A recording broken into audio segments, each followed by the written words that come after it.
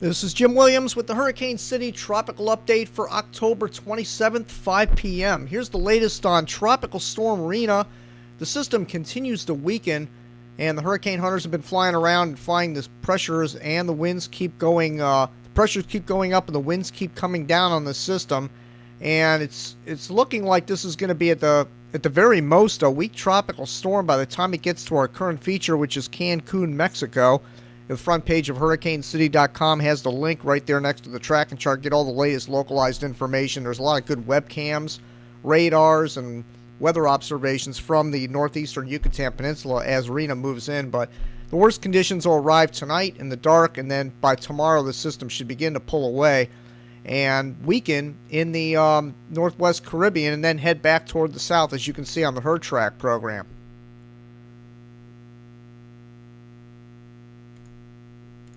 All right, here we were looking at yesterday's models, and there was some indication that when the system got near West Cuba, some models indicated the system would be grabbed by the front and dragged through South Florida.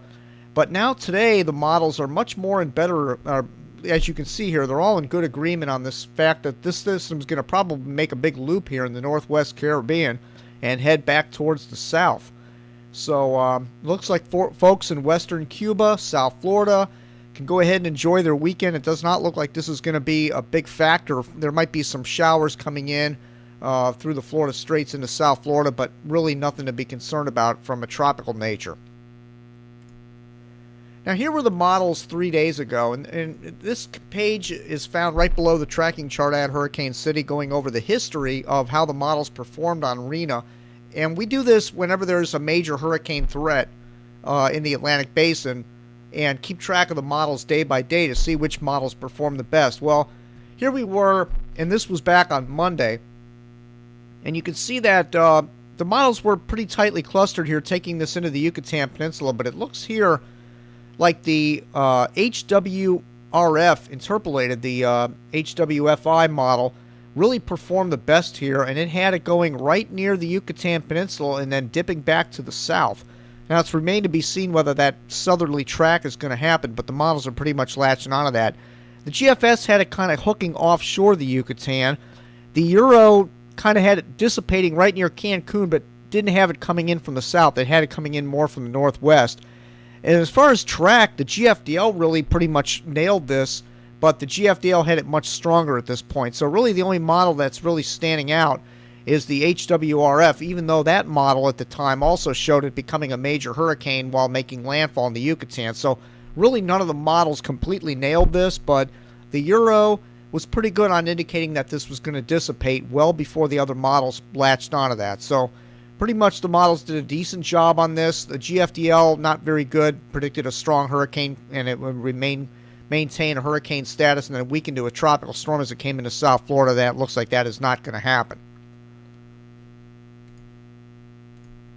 All right, here is the radar out of Cancun, and I know this Mexican radar is not very good, but it looks like the center of circulation is probably down here somewhere, and it looks now like the highest sustained tropical storm force sustained winds in the Cancun area, which is up in here, will arrive probably around 10 o'clock tonight and last through the night, and then by morning the wind should lighten up. But there's not a whole lot going on there right now. In fact, here's a webcam from Cancun, and you can see the seas are pretty calm, and this is just from a couple of hours ago. So notice the waves here are just real light and choppy. There's some looks like some thunderstorms out here over the open waters, but pretty good weather in Cancun. I bet they're really, the tourism board there is probably not real happy with this situation. They chased everybody out of Cancun and Cozumel, got them all on airplanes, and all the money basically evaporated out of the tourist areas.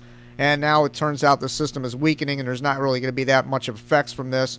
And probably, although one thing I do have to say is probably over the next 2 to 3 days, it's going to be pretty rainy and kind of not real good sunny touristy type weather in the northeastern Yucatan. So even though the people left, it's not like they're going to be able to lay out on the beach and get a good suntan either. All right, here is the wind shear analysis from the University of Wisconsin, and you can see our system is really being sheared here. We have about 30 knots of wind shear out of the southwest. That's taking its toll on Rina, and that wind shear is going to, the further north Rina gets, the more this is going to get sheared by 40 or 50 knots of shear near the Florida Straits. So if it gets up that way, it's just going to get annihilated. But the models pretty much indicated this would happen. It would really weaken significantly. There was never any major threat for Florida or Cuba for that matter. All the indications were this was going to weaken significantly due to wind shear. So this has been a pretty good call by the models and by the National Hurricane Center as well.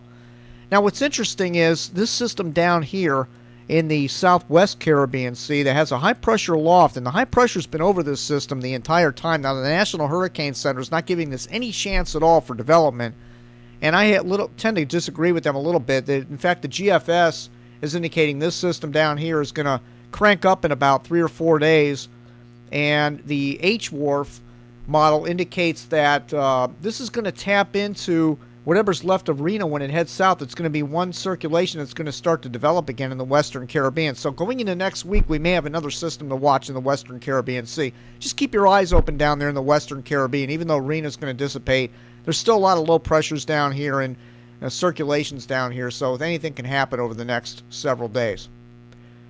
All right, let's take a look at the water vapor loop of the Western Atlantic Basin, and you can see Rina moving north here on the Yucatan, but notice the magenta colors are all disappearing. The system is really weakening rapidly, and the dry air and the cold front are moving in. You can see it right here. Got reports of some snow in Texas and some certain areas of Texas, so this is a good strong cold front, and that's going to come through.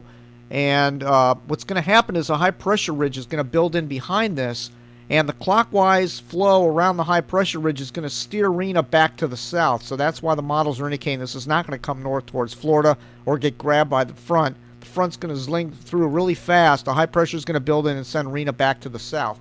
But again, this is the area we're going to have to watch. What it was Invest 97L, which is off the map, but we'll see if they reclassify this, even though the Hurricane Center is giving it 0%. All right, here is the floater loop of Rina, and again, all the convection's disappearing, and the system should wind down. Good call by the ECMWF, the European model, in predicting that this was not going to develop. Anyway, that's it for now. You can check out the front page of Hurricane City, get all the latest from Cancun, watch the news sites to see if there's any news coming out of the area, but it looks like overall this is going to be a non-event.